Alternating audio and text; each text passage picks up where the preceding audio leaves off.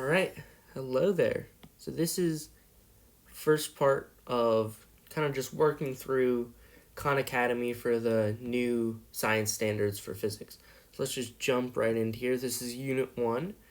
All right, it says a group of students are measuring how the acceleration of a mass will change when it's acted upon by different forces. The group uses a constant mass, and then they use a sensor to measure the mass's acceleration as is acted upon by different forces. Which of the following shows a possible trend line of the data that the students would collect? All right, so on the x-axis, we have, what's going on here?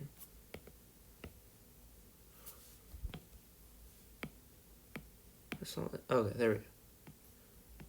On the x-axis here, we have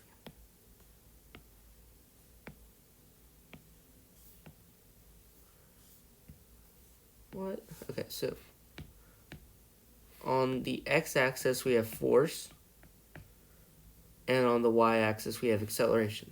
And now we know from Newton's first law, force equals mass times acceleration. So now we can see that if we're graphing force versus acceleration, well, if this is x and this is y, well, let's just replace force with x. X equals mass, whatever the mass is, times y, which is our acceleration. Right? So this is a pretty standard equation. But now, look here, it says that our mass is constant. Right? So m doesn't change. And in this case, m is the slope. Right? Our mass is the slope. Right? Because we have our x, we have our y, and whatever's left here is our slope. And since our slope is constant, it means that our answer has to be A, because that's the only one with the constant slope. Going to the next question.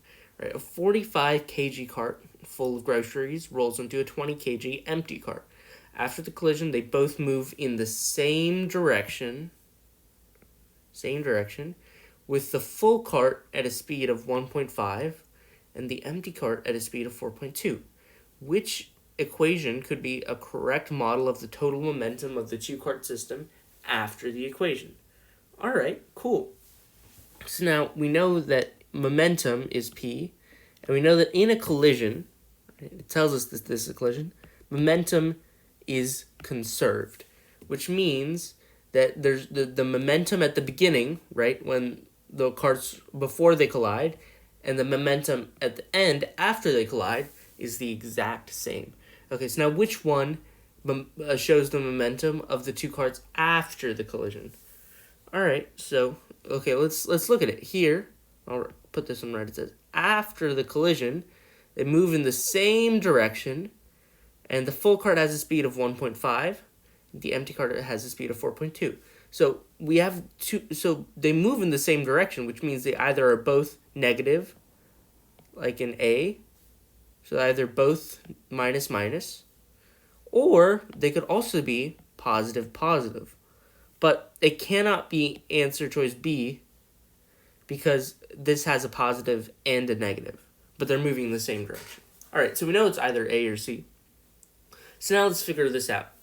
All right, so we have 20 kgs here, but the speeds are different. So let's see, the 20 kg cart, which is empty, is moving at a speed of 4.2. All right, so here in option A, yeah, the 20 kg cart moves at 4.2. Yeah, that's correct. Let's go to option C. It says that the 20 kg cart goes at 1.5 meters per second. But that's just not true, which means our option is A. All right, a piece of clay flies off of a pottery wheel and sticks to a potter walking by. The initial momentum of the clay was 3 kilograms meters per second, and the initial momentum of the potter was 85 kilogram meters per second. What is the final momentum of the artist's clay system immediately after the collision? Well, again, we know that initial momentum equals final momentum after a collision. So we just find the initial momentum. So we have the initial momentum of two objects, the initial momentum of clay and the initial momentum of the potter. Right, so I'll write down the initial momentum of clay, which is 3. And we have the units here, kg meters per second, but we can just ignore this for a second. And then we have the potter's initial momentum, which is plus negative 85. All right, so 3 plus negative 85 gives us negative 82. Oh. And then if we write that down, negative 82, there's our answer. All right, now let's see. A baseball with a momentum of 4 kgs is caught by a baseball player. What is the net force on the baseball? Okay, this seems a little bit tricky. And our first instinct is to maybe use, like, force equals mass times acceleration, right? Because we're trying to find the net force.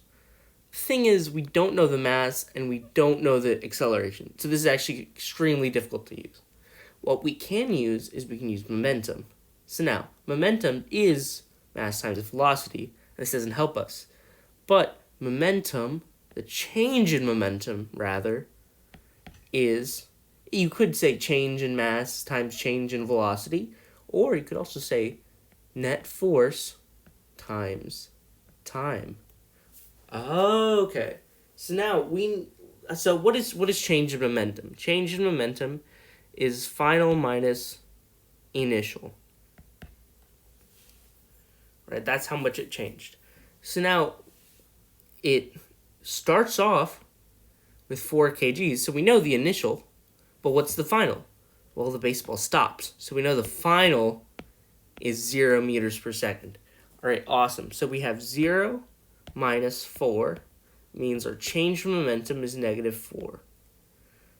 That's great. Cool. So we have negative 4 equals some net force times our time, which we can see right here is 1 second. So we can just see from here that our net force is negative 4.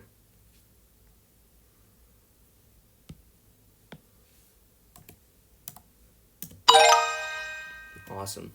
All right, we're halfway there. A cat pushes 2 objects, a toy mouse and a water bowl, with the same force across a smooth floor. All right, so 2 objects, toy mouse, water bowl, the same force. So force is constant. Let's write that down. All right, now the water bowl is 15 times more massive than the toy mouse.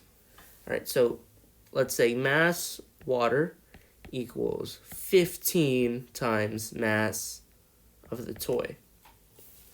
All right, cool.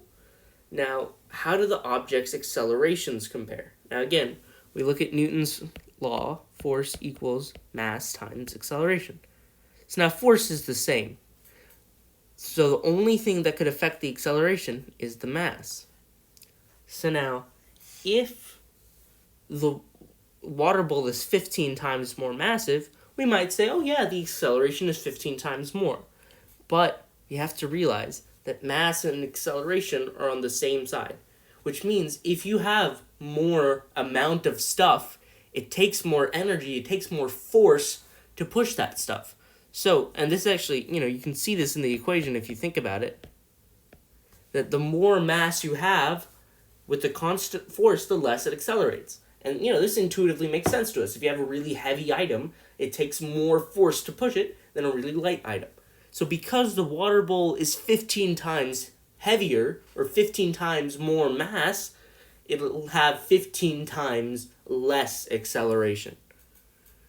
So the toy mouse's acceleration is 15 times greater because it has a lot of less mass, so it takes a lot of less force to move it. Okay, Amira and Dana went to move the piano in their living room. All right.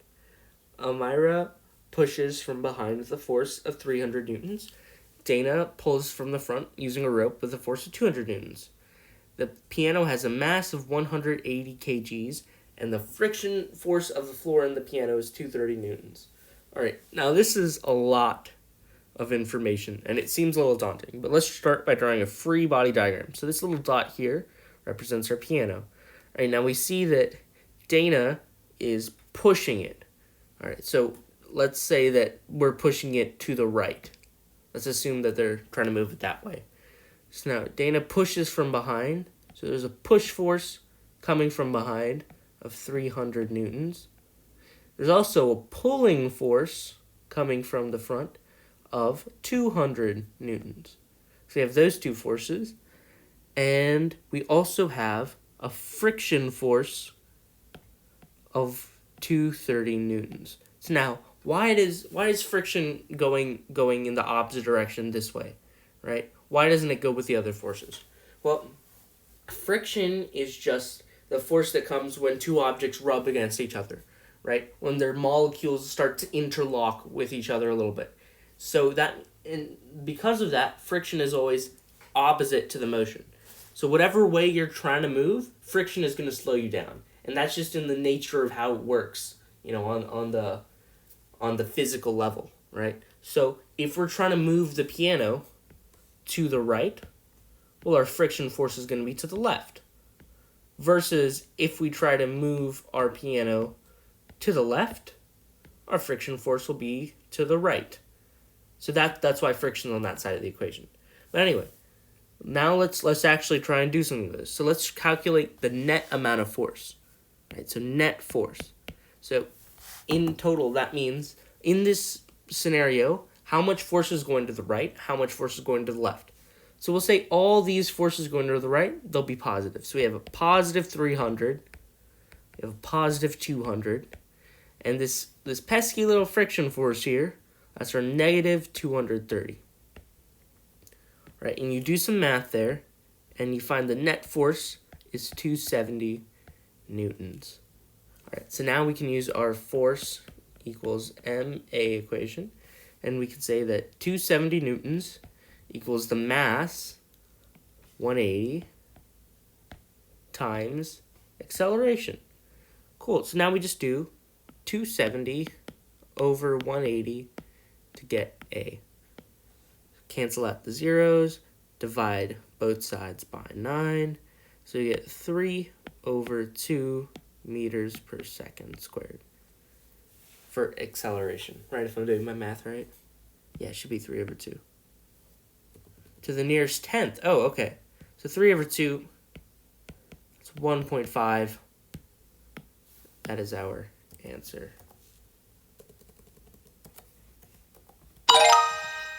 Awesome. All right. As part of a demonstration, a teacher simultaneously drops a 0.5 kg orange and a 0.2 kg tangerine from the same height. Assume there is no air friction. Which object has the larger momentum when halfway to the ground? Okay, so let's assume they start at 0, right? We're dropping them from rest. So we can say that the initial momentum for both of these objects is the exact same, right? It's 0. So now the final momentum, how do we find that, right? You might be tempted to use some kinematics equations, right? But there's actually a much easier way to do this. So we can remember our good friend change in momentum, which equals force, net force, times time. So now, using this, well, change in momentum is final minus initial, right? But we know our initial is 0, so we can actually just say that the final momentum is force times time. Awesome. Well, this is really helpful. So now when they're halfway to the ground, which object has larger momentum when halfway to the ground? And there's no air friction. All right, let's think. So at that, will they have the same time? So which one of them moves faster? Right, that's the big question, right? And we might be tempted to say that, the orange has more mass, so it's going to fall faster. Right? To us, that simply seems intuitive, right? I mean, if you drop a hammer and a feather here on Earth, the hammer goes way faster because it has more mass, right? Actually, no, right? So, and this is actually super interesting. If we have like a super heavy object here, right? Really, really heavy. And we have a super, super light object here, really, really light, right? Our intuition here on Earth tells us that the heavy object is going to go way faster than the light object. But the only reason this happens is because of something called air resistance, right? For this light object, the force of gravity on it is so small that the relative air resistance on it is a lot more, so it slows it down. Versus here, the same amount of air resistance on this big mass doesn't slow it down nearly as much. So what scientists did is they put these objects in a vacuum, right? So they basically took all the air out of it, so no air resistance. And then the hammer and the feather fell at the exact same rate, right? And why does this happen? Well, the force of gravity is the exact same, is not the exact same on these objects, actually, right? The bigger mass has a larger force of gravity, right? Because more mass equals more gravity, right? Gravity is m1, m2 over r squared, right? So bigger mass corresponds to bigger gravity, right? More force of gravity, right? But we also have to counter Fg equals ma. Oh, okay. So now with this, we can actually see that while a bigger mass does have a greater force of gravity, it also has a greater mass, which means that its acceleration is actually the exact same. The acceleration is unchanged because this mass here and this mass here cancels out. And this m1 represents the mass of the Earth. The mass of the Earth stays the same. The radius is the same. The gravitational constant is the same. So the force of gravity is the acceleration due to gravity is always 9.81 meters per second, regardless of the force, right? So this means that they'll have the exact same acceleration. Now, even though they have the same acceleration, right, we still have to remember the overall force is in fact greater for the object with more mass. So the orange will have more momentum, right? So all of this is a little bit confusing. And I think that this whole topic deserves its own video. And maybe that'll be our next video, explaining why does this work. Because it kind of goes against our intuition a little bit. But anyway, let's move on. A 1,000-kilogram car experiences a net force of 3,500 newtons from its engine. Calculate the magnitude of its acceleration. All right, so net force, 3,500. Wow, that is bad. 100 kgs, some acceleration, so 3,500 over 1,000, and that is 3.5. Nice and simple. All right, almost there. Two bowlers accidentally roll their bowling balls down the same lane, and two balls collide with one another. The bowling balls are moving with equal speeds, and their speeds are the same before and after the collision. During the collision, is momentum conserved? All right, let's try and draw this out. All right, so they accidentally roll their bowling balls down the same lane, and the two balls collide with each other. The bowling balls are moving with equal speeds, and their speeds are same before and after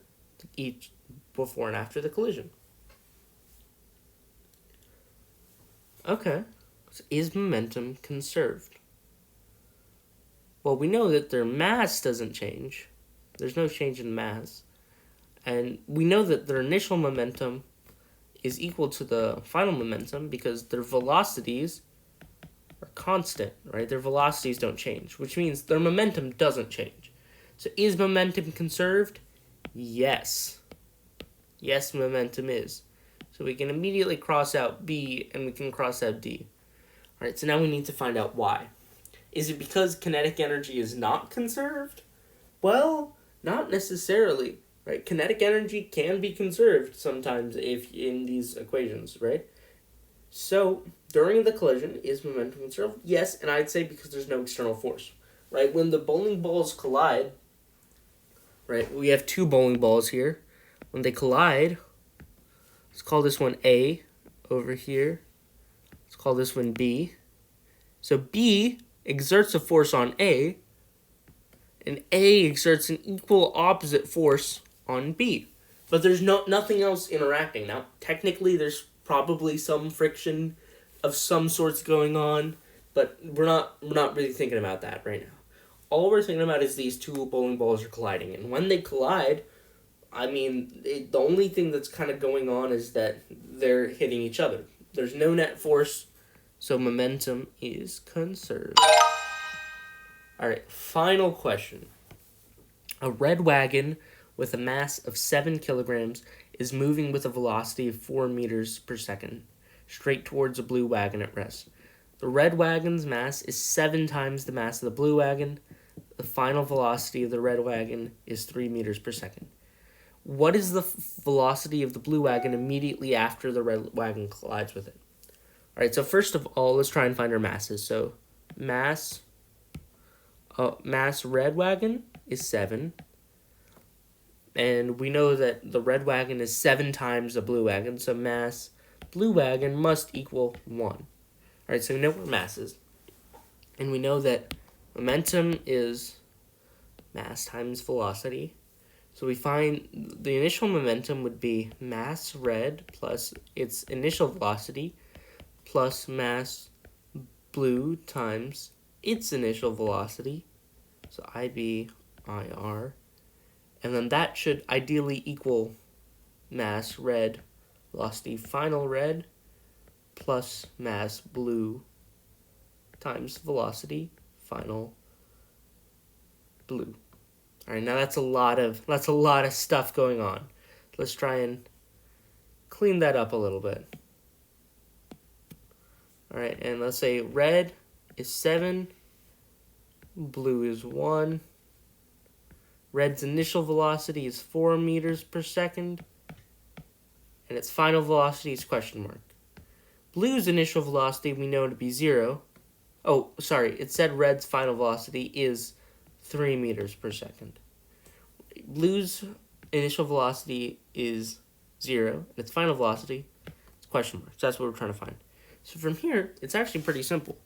So we just do the initial momentum. Oh, let's do that in red, actually. So the initial momentum of red. So 7 times 4 plus the initial momentum of blue, so 1 times 0. Put that in brackets, And that should equal the final velocity of red, which is 7 times 3, plus the final velocity of blue, which is 1 times some velocity. So now right off the bat, we can cancel this 1 out. We can actually cancel that. And what we find out is that 7 times 4 equals 7 times 3 plus whatever the velocity of the blue wagon ends up being. So now what we do is we do 7 times 4 over 7 times 3. Alright, so now... Oh, not over, sorry. 7 times 4 minus 7 times 3, which actually just gives us 7. So that would be this velocity right there. Look there. 7. Alright, well that was Unit 1. Let me know what questions you guys have. Hopefully I can answer them. And then let's try and get some new videos in soon. Alright, thank you for watching.